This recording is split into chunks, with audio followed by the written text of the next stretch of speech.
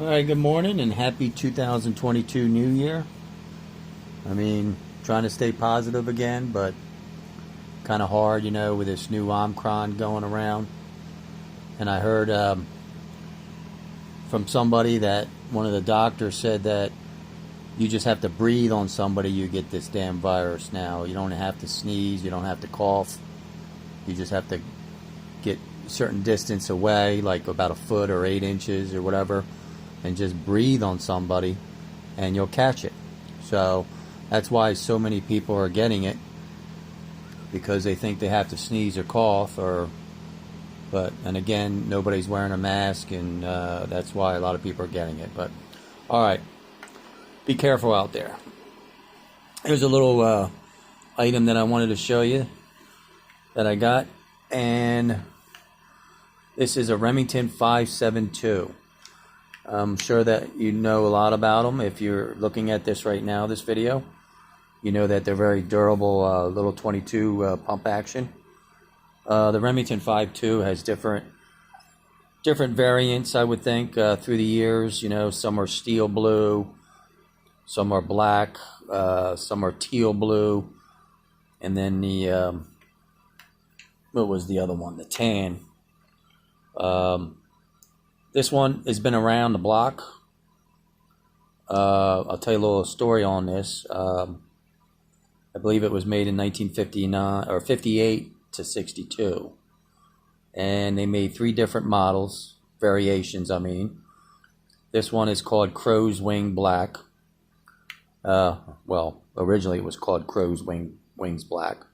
As you can see, it's been really used in I don't know about abused. I would just say really used well, and I could see why, because you kind of take to these and how accurate they are and how reliable they are, and they're just an all-round pump 22 that's fun to plink with and target practice. So the other one, so they made the 3 variations. I'm sorry, and again, this is the Black Crow Wing, or the Crow, wing, whatever, Black Crow Wing. And they're all aluminum. So everything basically on here is aluminum, including the barrel. Let me show you the barrel. Now the barrel, since it's aluminum, what they did was they put a like a steel tube bore inside there, so that it's not just aluminum, of course, because if this whole thing was aluminum, without putting your insert in, it would wear in time, and it wouldn't, the rifle wouldn't function properly. Because aluminum does wear, and I'll show you one of the areas that has worn already. But this needs to be majorly clean. So it is empty, and your release button is right here on the left side of the trigger, which is kind of hard to do, I guess, but if you're left-handed, it'll be a little easier. But you have to push that up, pull that back. And as you can see, there's nothing in it, nothing in the chamber. Very simple operation, and just push it up again, push it back, okay? Again, it's very dirty, extremely dirty. So we have aluminum receiver, aluminum barrel, aluminum trigger cord. I guess the trigger itself is aluminum, not quite sure. And aluminum magazine tube with the actual brass tube extension. That's brass. And then this just needs a majorly cleaning, like I said, and it sticks a little bit. What you could do is you get a little bit of oil and get some steel wool and just go back and forth on this, and it will slide in there a lot easier. Okay. You could use shorts, longs, or long rifles in this. Let's see if you can see the stamping. Excuse me. Right there. 22S long and long rifle, LR. There's your Remington stamping right there. And of course your Remington address with the patent and number. A couple little nicks. There's one right there, see? And there's one right there. But you just can't take regular bluing touch-up, because if you do, it will stand out, and it's just not even going to, it's actually not even going to absorb in an aluminum metal, because this is not steel. So there is a thing called aluminum blue or something, or no, Aluma Black, I think, Alumina Black.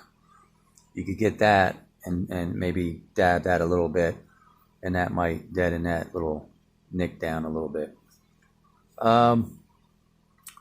What else can I talk about this? What I'm going to do, hopefully, if I feel up to it, get a day or two that I feel decent, is I'm going to get a stripper, not a woman stripper, but get some varnish stripper, and take all this varnish clear coat off, take a little bit of fine sandpaper, and just lightly get some of these nicks down, very, very lightly. I'm not going to take too much off.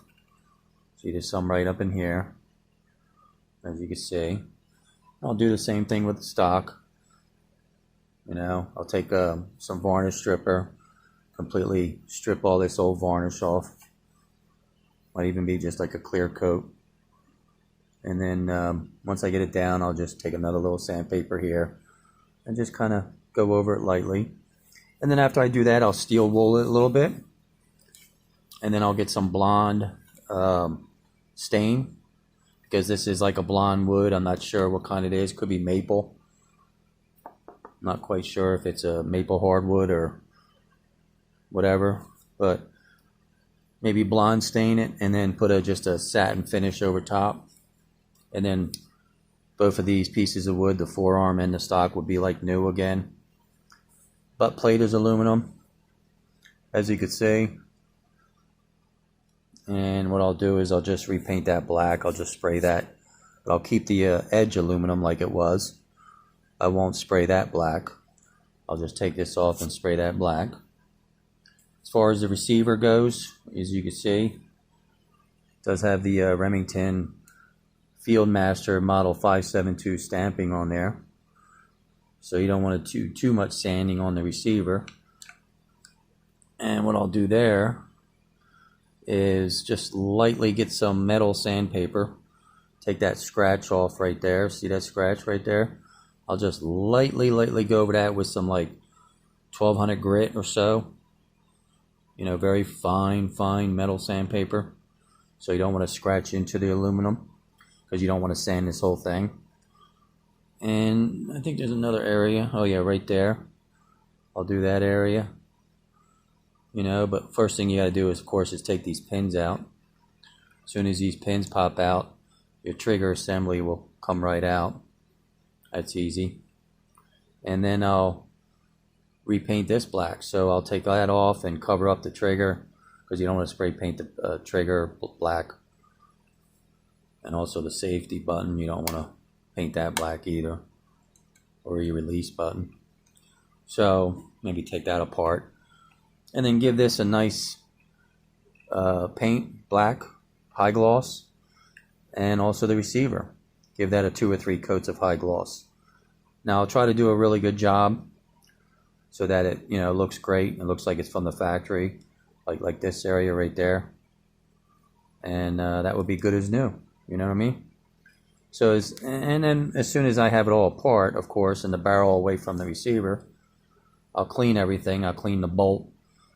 When the trigger guard assembly is completely out, I'll clean all that internally, and everything will be clean. So that's not a whole lot of work. It sounds like it is, but I don't believe it is, because I've done a lot of these in the past. But again, it's on physically how I feel doing it. Now, one of the kind of major things what's wrong with this is the, I forgot what you call this here, that holds the magazine tube on. This piece here, the lug, the magazine tube lug, where it screws into the barrel here is stripped. That's why you see a piece of tape on here. See, if you notice, I can move. Let's do this. See, I can move that magazine tube and this here against the barrel, because you can't screw the lug holding nut on here to the barrel, because it's completely stripped.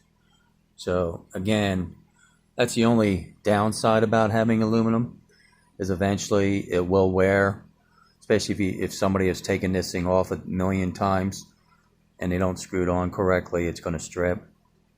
And that's probably what happened in the past. So what I'm going to do there, I do have the nut for this. See the nut that goes in, or the screw goes in that little hole there.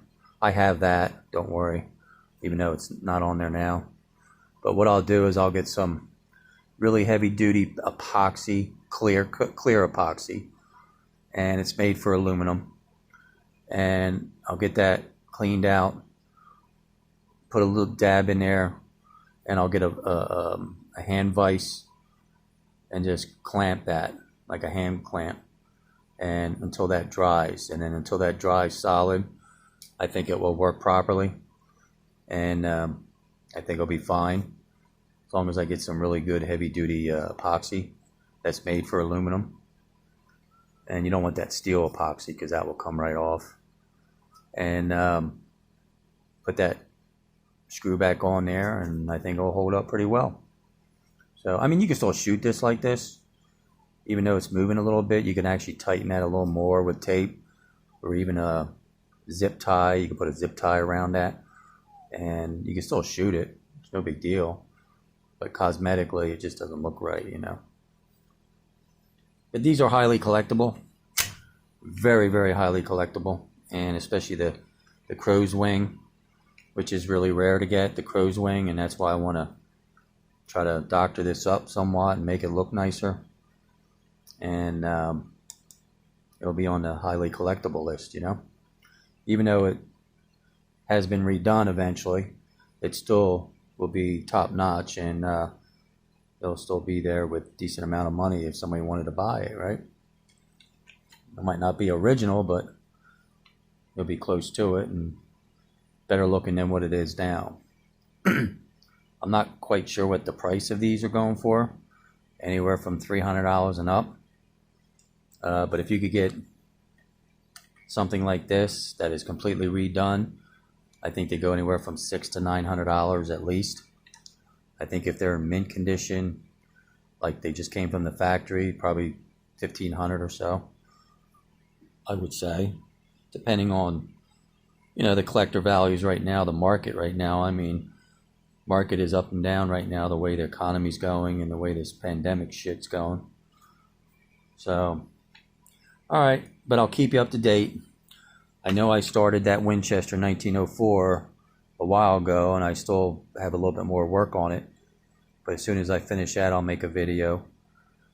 And as soon as I finish this, I'll make a video. So give me a little time on it, and I'll show you the after work. So what it would look like afterwards, and hopefully I'll do a good job on it for you. I do have my pistol out. I was going to clean here. This is the Harrington Richardson. This is a 38 Smith & Wesson. It is loaded. Let me take them out for you, see. There's your 32 shorts, or 32 shorts, I mean 38 shorts. A lot of these were 32s. I do have some that are 32s, but as you can see, if you take a regular 38 compared to these, the 38 shorts, you can see the difference, you know. But they still put a punt. They still go pretty good, you know. I mean, they do a wallop. Let's put it that way. Put it that way. It's still good for a bed gun, a bedside gun. If you want to do a put it in your car, they're still able to keep you out of trouble. You know what I'm saying? If you ever into anything serious, this will do the job. But it does only hold 5-shot. This video is actually on the 5.72, but since I have it out, I was going to show you. And you know, just if you ever come across one, make sure you put your middle finger on here, take your 2 thumbs, and push that lever up, and that's when it pops up. Okay, you don't want to ever just take one thumb and push this up. You always want to keep it balanced. Push that up, open it up, and then it just keeps everything balanced and nice and even. And as you can see, it kind of releases your shells. So every time, after you shoot, you can see right here, see how it goes down in there. Okay. And then what I do is, say this is full of your 5 rounds. I'll just show you something. See how your hammer is almost, is all the way to your cylinder here. What I do is I just short cock it, and it brings it back just a little bit. So your hammer's not resting on your cartridge right there with your primer. Just like a Colt 45. A lot of people will eliminate, if they have a 6-shot Colt 45, they won't put 6 shells, they'll put only 5. So I actually put 5 in here, and as soon as I put the 5, I make sure I just bring that back a little bit so that's not resting on one of these 38 shorts. And it's safe. I mean, as long as you don't pull the trigger, it's actually really safe. So, no big deal. See what I'm saying? This is my bedside gun. I have a few of them around just in case in different areas. But, hey, 5 shots at 38 short, you make them count, if you had to use it in a survival issue. So, all right, it's still in great shape. Made between 1910 and 1940. This one's probably made in 1917, maybe 1920 some. Beautiful shape, nickel plated. A couple little marks. Little wear, of course, but this one's kept its nickel on there almost, Sounds good. It's very tight, extremely tight. All right, there you go. Little extra bonus on that one. So I will come across this, and then one thing I will mention about the barrel here, even though it's aluminum, this is more like a purple black. Okay, it's not like a dark bluing or a dark black bluing. Of course, you have the brass color front sight, but it's more of a purple black. And I'm thinking either they did it that way, or it just was kind of appeared that way when they put the aluminum black on. And there's another one that they made called teal, and the teal is beautiful. It's like a blue. It's like a really cool blue, and the barrel's like a blue, and it's beautiful. If you could come across a teal blue, that's a beautiful 5.72 Fieldmaster. But this one's the rarest, is the Black Crow. But I like the teal blue. I wish I came across a teal blue. So there you go. Have a great day. Stay safe. Don't breathe on anybody, or don't get near anybody that's breathing on you, because that's where this variant's picking up with everybody. See you later. Talk to you soon. Stay safe again. All right. Take care.